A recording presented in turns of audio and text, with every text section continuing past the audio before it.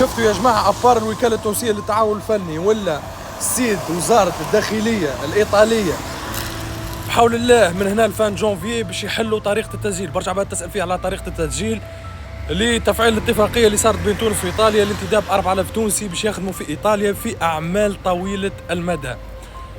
ركزوا، مش كيما الديكريتو فلوسي. ديكريتو فلوسي راهي اعمال موسميه، راك تخدم 6 شهور وتروح، ولا تخدم 6 شهور ويلزم تلقى خدمه اخرى، ولا تخدم 9 شهور وتروح، ولا تخدم 9 شهور وباش تلقى خدمه اخرى.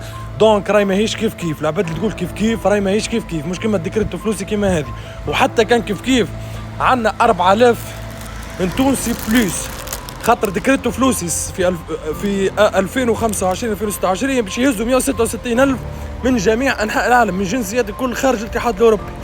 من 4000 هذوما توانسه 4000 تونسي باعمال بكونترا سي دي باش تخرج طويله المدى، ماكش باش تخرج تخدم عمل موسمي.